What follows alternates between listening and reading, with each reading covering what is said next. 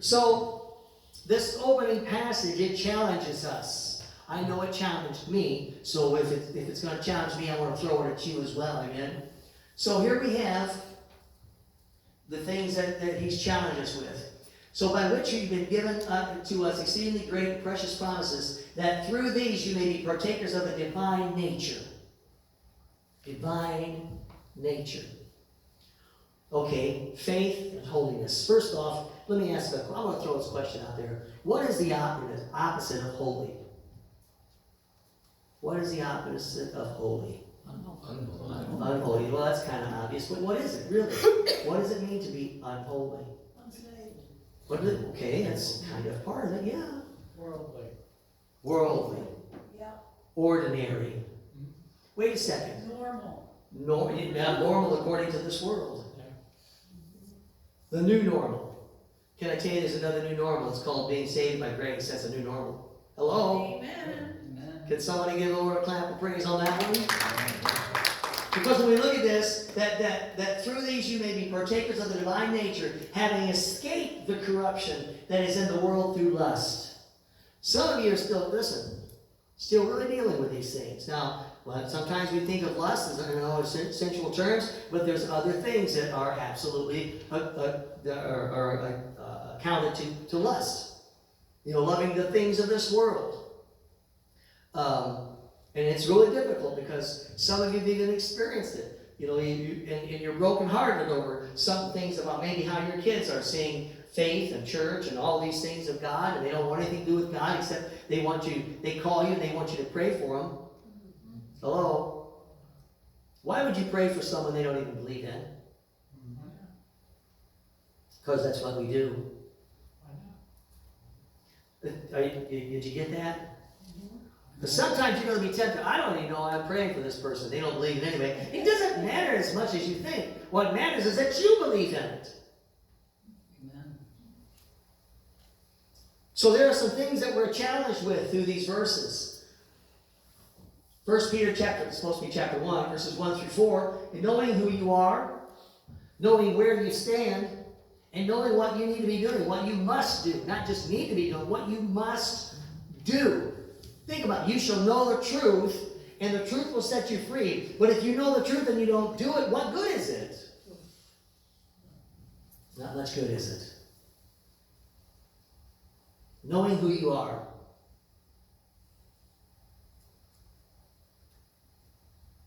A lot of, how many of you write letters? You write letters? Dear George, dear John. Oh, dear John. Dear Jude. So I get these notes. Hi, Tony. I don't even know who the person is, okay? Especially through email. But most of the letters that we write, if we're writing letters anymore, begin with the recipient's name. It begins with, let's say I'll write one to Brother William. I'll be William, comma. And then I'll go through and I'll tell you this stuff, right? And then it's going to end with my name, so you'll go, hey, this is me. I'm writing a letter, right? And the first century letter begins with the name and the qualifications of the person who was sending the letter. Look at this in verse 1. Simon Peter, a bondservant and apostle of Jesus Christ. So right out of the gate, he's writing and he's describing his qualifications. Peter's describing himself with a couple of names and a couple of titles because he knew who he was. I mean, if I send you a note addressed to you, do I need to start it with your name so you know that I really wrote it to you? Well, maybe. But he was describing himself. And by looking at each of these names, of these titles, we can learn who he was as well. Watch this. The name Simon or Simeon was his given name. He probably knows he's still Simple Simon, who was always putting his foot in his mouth. Do you remember Peter, the sinner? Do you remember Peter, the one who denied Christ? I mean, many people would have just cast him away. But not Jesus. Did you know that Jesus called him by name? when it came time to call the disciples together in a particular incident. Are you remembering this? So Simon was what Jesus called him when he was being sinful and selfish. Thus, assemble Simon, I added. One example we can see in the book of Luke in chapter 22 is Simon, Simon. Indeed, Satan has asked for you that he may sift you as wheat. Watch this. But I have prayed for you that your faith would not fail. And when you, watch this, Jesus had faith in his prayers. And when you return to me, strengthen your brethren. When you return, strengthen your brethren. You know, that's a ministry right there, the ministry of encouragement, amen? But then later on we see that he's also a saint, because Peter's more than just a sinner. If you're a Christ follower, if you are a Christ follower, you're more than just a sinner. You're also a saint.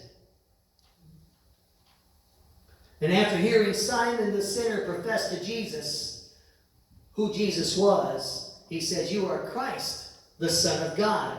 And Jesus said to him in Matthew 16 and 18, and I also say to you that you are Peter, and on this rock I will build my church.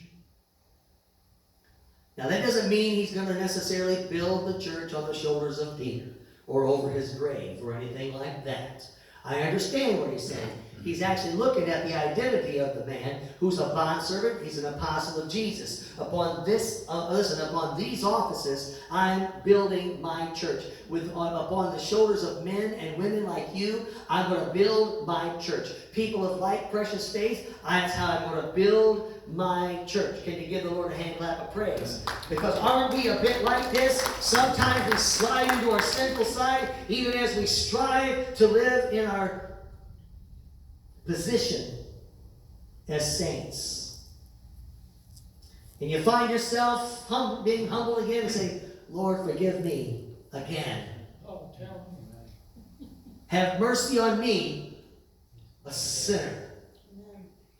But we're also servants of, if Simon Peter is his name, servant, oh, I like this. I feel poetic right now.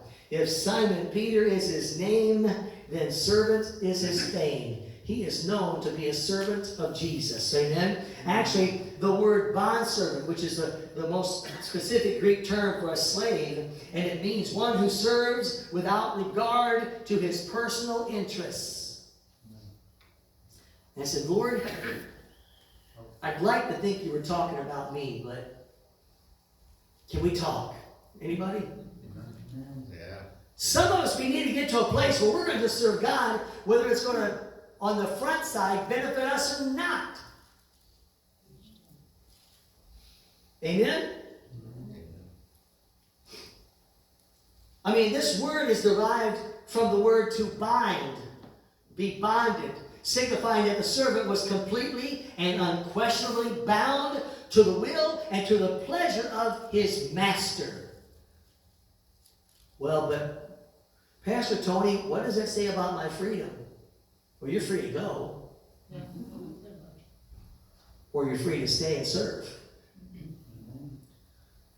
Remember this? The terms, you have this, where we're going to gather, give, and go. Peter was sent. Now, I love how Peter sees himself as a servant before he called himself an apostle. Did you hear what? He saw himself first as a bondservant of Jesus. He saw himself first as a bondservant to the faith. But he's also a bondservant, keeping things in priority. Amen. You see that? What does that word apostle mean? I mean, it's officially a commissioned messenger, or one of the official office of an apostle. And why there is no, I know that today we have people who are serving with the title of apostle. I don't know if we have any real apostles today. I guess I'll have to research that a little farther. And I know that many of the mainline denominations today are dealing with that. But in a real sense,